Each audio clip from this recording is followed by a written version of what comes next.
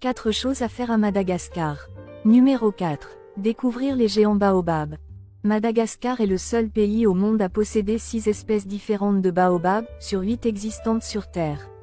La célèbre allée des baobabs, près de Morondave, région de Ménabé, à l'ouest de Madagascar. C'est la carte postale du pays. Une piste de terre bordée de grands baobabs à Dansonia grandidiri, les plus hauts du monde, jusqu'à 30 mètres. Au coucher du soleil, le paysage devient orange-rouge, c'est l'un des panoramas les plus photographiés d'Afrique. À environ 20 km au nord de Morondave. Accessible en voiture. Si vous voulez admirer ces baobabs, le meilleur moment est le lever ou coucher du soleil. Numéro 3. Le parc national Tsingy de Bemara. Le Tsingy de Bemara est un site naturel spectaculaire situé à l'ouest de Madagascar, dans la région de Melaky. C'est l'un des paysages les plus uniques au monde. Il s'agit d'une immense forêt de pics rocheux ultra tranchants. Imaginez une mer, mais figée en pierre. Le parc est constitué de karst calcaire. Pendant des millions d'années, l'eau de pluie, légèrement acide, a dissous la roche et creusé des lames de pierre fines comme des couteaux, des aiguilles hautes de 30 à 70 mètres, des labyrinthes de canyons, des grottes et rivières souterraines. Numéro 2. Ilonat Sainte-Marie. C'est une île située au sud de Sainte-Marie, environ 3 km de long. On peut faire le tour complet à pied en 2 à 3 heures. Eau turquoise plus sable blanc plus cocotiers partout. Lagon peu profond et calme, presque piscine naturelle.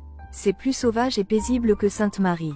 Pas de grosses infrastructures. Plusieurs activités à faire sur l'île comme le snorkeling directement depuis la plage, poissons tropicaux, coraux, farniente total, balade autour de l'île, pêche avec les villageois, kayak ou pirogue, observation des baleines à bosse, juillet, septembre, depuis Sainte-Marie surtout.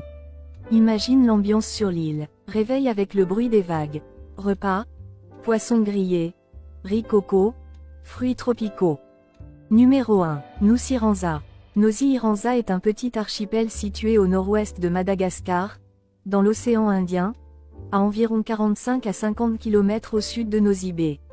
Nusiranza est l'un des endroits les plus spectaculaires de Madagascar, c'est souvent décrit comme la plus belle plage du pays.